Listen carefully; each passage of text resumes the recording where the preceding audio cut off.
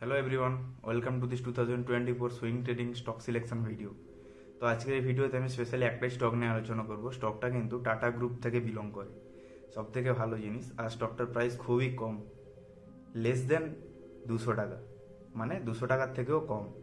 তো তার আগে আমি কিন্তু মার্কেট একটু অ্যানালাইসিস করে আপনাদের কাছে দেখিয়ে দেবো, ঠিক আছে? কারণ কারেন্ট মার্কেট এখন বারবার কিন্তু 3বার কিন্তু অল টাইম হাইয়ের কাছে টাচ করে কিন্তু নিচে চলে এসেছে, ঠিক আছে? তো আগামীকাল মানে আজকের যেই ভিডিওটা আমি শুটিং করছি, তো আজকের market all time high break করেছে। ব্রেক করে আবার ওখান থেকে কিন্তু একটা বড় ফল এসেছে। তো দুদিন এখন মার্কেট এখনও কনসোলিডেশন জোনের মধ্যে থাকতে পারে বা অনেকটা নিচে ক্র্যাশ হতে পারে। আর যেটা আমি নিউজ শুনেছি, তো লিপিয়ার ইয়ারে নাকি, মানে হিস্ট্রি চেক করেও দেখলাম আমি নিজেও, লিপিয়ার ইয়ারে মার্কেট অনেকটা বড় করে ক্র্যাশ করে, ঠিক আছে? কিন্তু মার্কেট ক্র্যাশ করলেও কোনো চিন্তা করার দরকার নেই। আপনি বারবার হিস্ট্রি দেখবেন, মার্কেট ক্র্যাশ করেছে, ক্র্যাশ করে কিন্তু আবার তার অল টাইম হাইকে ব্রেক করে আবার ওপরে গেছে, গিয়ে আবার নতুন অল টাইম হাই বানিয়েছে, আবার ওখান থেকে মার্কেট ক্র্যাশ করেছে। অ্যাকচুয়াল মার্কেটের নেচার এইরকম, স্টক মার্কেট এইরকমই চলে। একটু ওপরের দিকে উঠবে, আবার নামবে, আবার উঠবে, আবার নামবে, আবার উঠবে, আবার নামবে, এরকম করে দেখবেন, এরকম করে কিন্তু মার্কেট চলে। তো এইটাই হয়েছে সব থেকে গোল্ডেন অপরচুনিটি ইনভেস্টমেন্ট করার জন্য। কারণ এখানে আপনি স্টকের প্রাইস খুবই কম টাকাতে বাই করতে পারবেন, সর্বপ্রথম কথা। তো এটাই সময় ইনভেস্টমেন্ট করার, ঠিক আছে? আর সবাইকে নমস্কার জানাই, আমি সমীরণ। আর এইরকম স্টক মার্কেট রিলেটেড নতুন নতুন আপডেট পেতে চাইলে চ্যানেলটিকে অবশ্যই সাবস্ক্রাইব করে দিন, আর এক্ষুনি কিন্তু একটা লাইক করে দিন। আর ভিডিওগুলো একটু প্লিজ শেয়ার করুন, আমাকে একটু সাপোর্ট করুন আপনারা, ভিডিওগুলো একটু প্লিজ শেয়ার করুন। তো চলুন একদম সোজা টেকনিক্যালি আপনাদের ভালোভাবে বুঝিয়ে দিচ্ছি, ঠিক আছে? আর স্টকটার নাম আমি এখন বলছি না, স্টকটার নাম প্রথমে আমরা নিফটি অ্যানালাইসিস করবো, অ্যানালাইসিস করে তারপরে স্টকটাতে ডাইরেক্ট আপনাদেরকে দেখাবো।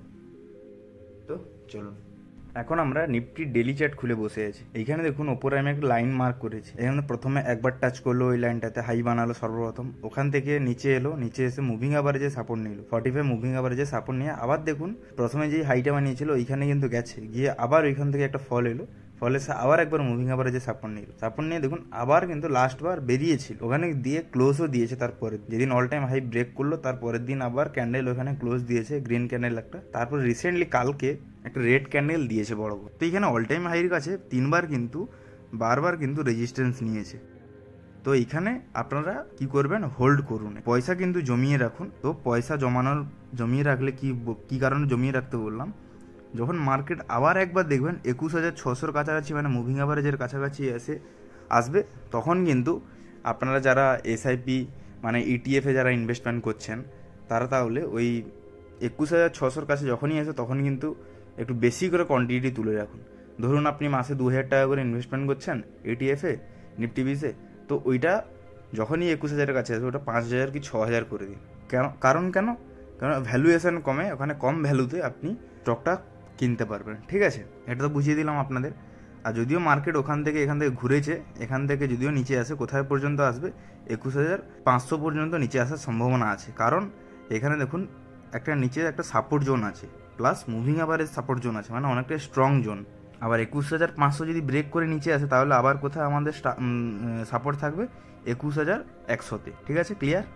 এইরকম করে কিন্তু টেকনিক্যাল অ্যানালাইসিস করতে হয়। আরও চ্যানেলের সঙ্গে যুক্ত থাকুন আপনারা, আরও টেকনিক্যাল অ্যানালাইসিস আরও ভালোভাবে শিখিয়ে দেবো। যতটা আমার নলেজ আছে, জ্ঞান আছে, ততটাই কিন্তু আমি চেষ্টা করছি যে আপনাদের কাছে শেখানোর জন্য। এবার সেটা আপনারা কতটা নিতে পারছেন না নিতে পারছেন সেটা আপনাদের উপরে।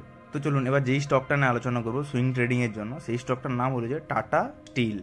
এখানে টাটা স্টিলের চার্ট দেখুন একবার। এখানে আমি চ্যানেল বক্স মার্ক করে রেখেছি। আমি তো প্রায় সব স্টকে এরকম অ্যানালাইসিস করে থাকি, টেকনিক্যাল অ্যানালাইসিস তো পুরনো পেছন থেকেই আছে। এইখানে দেখুন একটা কিন্তু ফ্ল্যাগ প্যাটার্ন তৈরি করেছিল মার্কেট, ঠিক আছে? এইখানে যদি আপনারা এখানে যদি একটা ডাং যদি লাগিয়ে দেন, তাহলে আর এখানে যে চ্যানেলটা আছে একটা কিন্তু হেলানো একটা পতাকা দাঁড় করানো আছে, ওই রকম দেখা যাচ্ছে, ঠিক আছে?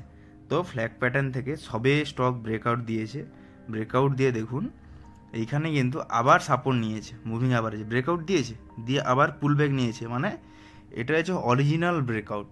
এটা সবসময় মাথায় রাখবেন, যখনই ব্রেক দিয়ে আবার প্রাইস ঘুরে এসে আবার সেই তার ব্রেক যেখানে দিয়েছিল সেই জোনটাতে সাপোর্ট নিয়ে আবার বেরোচ্ছে, মানে ভাববেন খুবই স্ট্রং ব্রেকআউট হচ্ছে, ঠিক আছে? অনেকটা বছর ধরে কিন্তু এখানে কনসোলিডেশন করে ডাউন ট্রেনে চলছিল, ঠিক আছে? লোয়ার সার্কিট মেরে মেরে ডাউন ট্রেনে চলছিল। তো এখন সবে ব্রেক দিয়েছে, ব্রেক দেওয়ার পর দেখুন প্রথমবারে ব্রেক দিল আবার সাপোর্ট নিল, আবার ব্রেক দিল আবার সাপোর্ট নিল, আবার ব্রেক দিল আবার সাপোর্ট নিচ্ছে, কিন্তু বারবার কিন্তু সাপোর্ট নিচ্ছে। খুবই একটা স্ট্রং ব্রেকআউট হয়েছে, ঠিক আছে।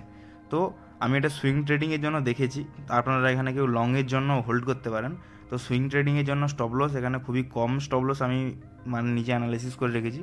140 টাকাতে স্টপ লস থাকবে, আর আপনার বাই হবে 146 টাকাতে, 47 টাকাতে 7 পয়েন্টের স্টপ লস থাকবে। আর আপনার এখানে টার্গেট কত থাকবে, 170 টাকা টার্গেট থাকবে। আচ্ছা, এটা তো হলো সুইং ট্রেডিং।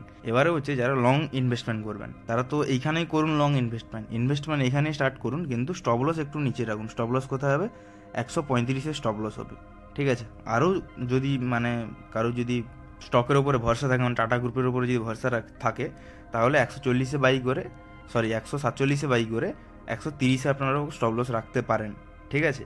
তো আশা করছি টেকনিক্যালটা আপনাদের বুঝিয়ে দিলাম। তো ভিডিওটা এতটুকুনি। ভিডিওটা যদি ভালো লেগে থাকে লাইক কমেন্ট শেয়ার অবশ্যই করুন। ধন্যবাদ, সবাই ভালো থাকবেন, সুস্থ থাকবেন।